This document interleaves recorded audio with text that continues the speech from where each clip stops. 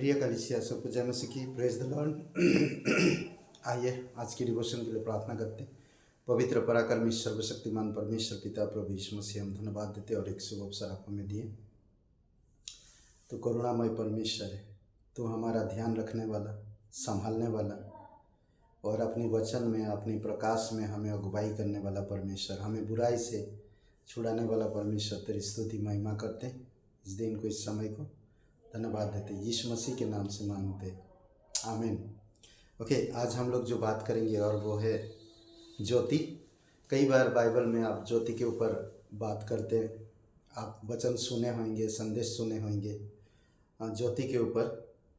Okay, कुछ बात है जो हम देख सकते हैं। ज्योति यानी कि परमेश्वर ज्योति में हमेशा रहता है और ज्योति से उसका संबंध बहुत गहरा है और वो नहीं चाहता कि कोई इंसान अंधकार में रहे, उसकी प्रकाश या उसकी ज्योति को प्राप्त करे और हमेशा वो ज्योति में ले चलना चाहता है। तो इसीलिए हमें ध्यान देना, ज्योति में चलना ये बहुत ज़रूरी है। जब हम यीशु मसीह पर विश्वास करते हैं तो परमेश्वर हमारी पापों को एकदम सिद्ध करता है, पूरी तरह से जो पाप किए, जो कर रहे हैं, जो करने वाले, और हमें ज्योति में चलने के लिए कहता है। हमेशा अपने जीवन को ज्योति में हमें ले जाने के लिए ज़रूरत है, ज्योति में चलना। और हम देख सकते पहला यूहन्ना का 1:9 में कहता कि यदि वह ज्योति में है वैसे ही हम भी ज्योति में चले तो एक दूसरे से सहभागी रखेंगे और उसके पुत्र यीशु मसीह का लहू हमें सब पापों में सिद्ध करता है।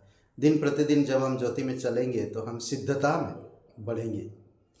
ज्योति में चलना, ज्योति में आराधना करना, ज्योति में लड़ना, ज्योति में काम करना, ज्योति में ध्यान से देखना, ज्योति में गवाही देना और एक बातें जो हम देख सकते हैं, ज्योति में मसीह के आने का इंतज़ार करना।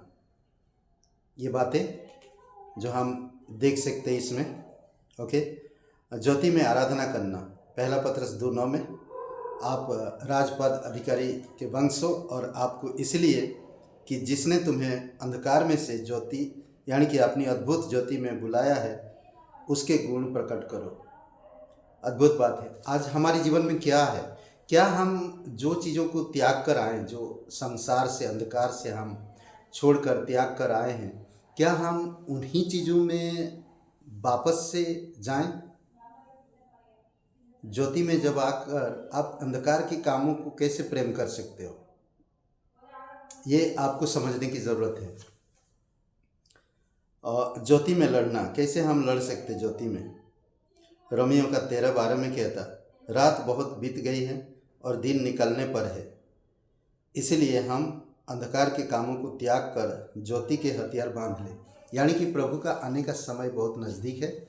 इसीलिए अगर आप उद्धार प्राप्त हुआ है, आप मसीह हो, तो आपको अंधकार के कामों को छोड़ना है, त्यागना है, एक अच्छा उदाहरण बनना है और ज्योति में बढ़ना है। ज्योति के हथियार को बांध लेना है, परमेश्वर की आज्ञा मानना, परमेश्वर के वचन पढ़ना, मनन करना, सहभागिता करना, परमेश्वर के कार्य में बढ़ना, ये सारी चीज़ें हमारे लिए बहुत ही महत्वपूर्ण है।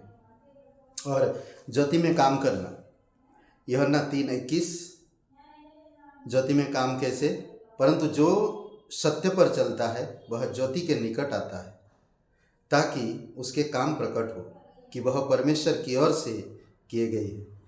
जो सत्य पर चलता है वो ज्योति के निकट आता है। अद्भुत बात है ये। सच्चाई में बने रहो, ज्योति में चलोगे। ओके, ज्योति में ध्यान से देखना, यूहन्ना 11:9, यीशु ने उत्तर दिया, क्या दिन के 12 घंटे नहीं होते? यदि कोई दिन में चलो तो ठोकर नहीं खाता। यदि कोई दिन में चले तो ठोकर नहीं खाता, क्योंकि इस जगत का उजाला देखता है। सिंपल सी बात है, साधारण बात है। अगर हम दिन में चलते हैं तो कभी ठोकर नहीं खाएंगे।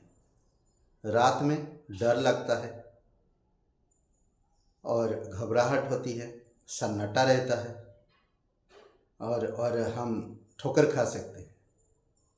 तो इसीलिए परमेश्वर की काम ज्योतिमय है, उसकी कामों में हमें मनन करना, ध्यान करना, देखना, समझना, बुद्धिमत्ता के साथ कार्य करना, आगे बढ़ना, ये सारी चीज़ें हमें वो सिखाता है। और ज्योति में गवाही देना, फिलिपियों का 2:15 में, ताकि तुम निर्दोष और भले होकर टेढ़े और हठीले लोगों के बीच परमेश्वर के निष्कलंक संतान बने रहो, जिनके बीच में तुम जीवन का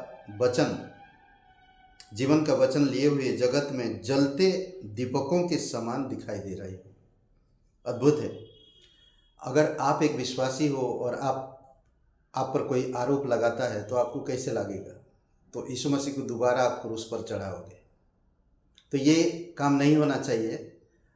हमें समझदारी के साथ निष्कलंक संतान यानी कि परमेश्वर का संतान बने रहने में हमें प्रयास करना चाहिए। दिन प्रतिदिन उसकी वचन में, जिस तरह उसने बुलाया हमें ज्योति में, उसमें हमें बढ़ने की ज़रूरत है, हमें उसमें रहने की ज़रूरत है। ज्योति में मसीह के आने का इंतज़ार करना। वही इंसान इंतज़ार करेंगे जो इंसान बुराई से, गलत चीज़ों से, अभिलाषाओं से दूर रहते हैं। एक छोटा सा सिंपल सी बात है कि दूसरों को देखकर आप कभी भी अपने आप को ढालो मत। वैसे आप जो हो सो आप बहुत अच्छे हो। अगर आप एक विश्वासी हो, आपके पास सुख सुविधाएं नहीं मिल रहा, तो आप परेशान मत होइए। परमेश्वर जानता है। आप धीरज रखिए, इंतज़ार करिए। इसमें कहता है 2 पतरस का 1:10 में, विशेष करके उन्हें जो अनुग्रह अशुद्ध अभिलाषाओं के पीछे शरीर के अनुसार चलते और प्रभुता को तुच्छ जानते हैं, वे ढीठ और हठी है और ऊंचे पद वालों को बुरा भला कहते हैं। वो कभी भी इंतज़ार नहीं करेंगे, वह अपने अभिलाषाओं में फंसे हुए हैं। तो इसीलिए जो ज्योति में चलते हैं वो प्रभु का इंतज़ार करते हैं और वो स्थिर रहते हैं और ज्योति में, सच्चाई में हमेशा बने रहते हैं। आमीन। आइए प्रार्थना करते हैं। पिता परमेश्वर, प्रभु यीशु मसीह, हम धन्यवाद देते हैं प्रत्येक भाई बहनों को तेरी शुद्धता में, तेरे वचन में, तेरी प्रकाशन में, तेरी बुद्धिमत्ता में, तेरी भलाई में, तेरी अच्छाई में अगुवाई करो पिता, और सिद्धता में बढ़े और अंधकार के कामों को त्याग कर ज्योति के हथियार को बांध ले पिता। धन्यवाद देते, तेरी स्तुति महिमा करते। प्रत्येक लोग अभिषेक करो, यीशु मसीह के नाम से मांगते हैं, आमीन। ब्रदर एंड सिस्टर, सबको जय मसीह की। Praise the Lord. शुभ रहे दिन आपका। बहुत बहुत धन्यवाद। लाइक करिए, कमेंट करिए, शेयर करिए। बहुत बहुत धन्यवाद।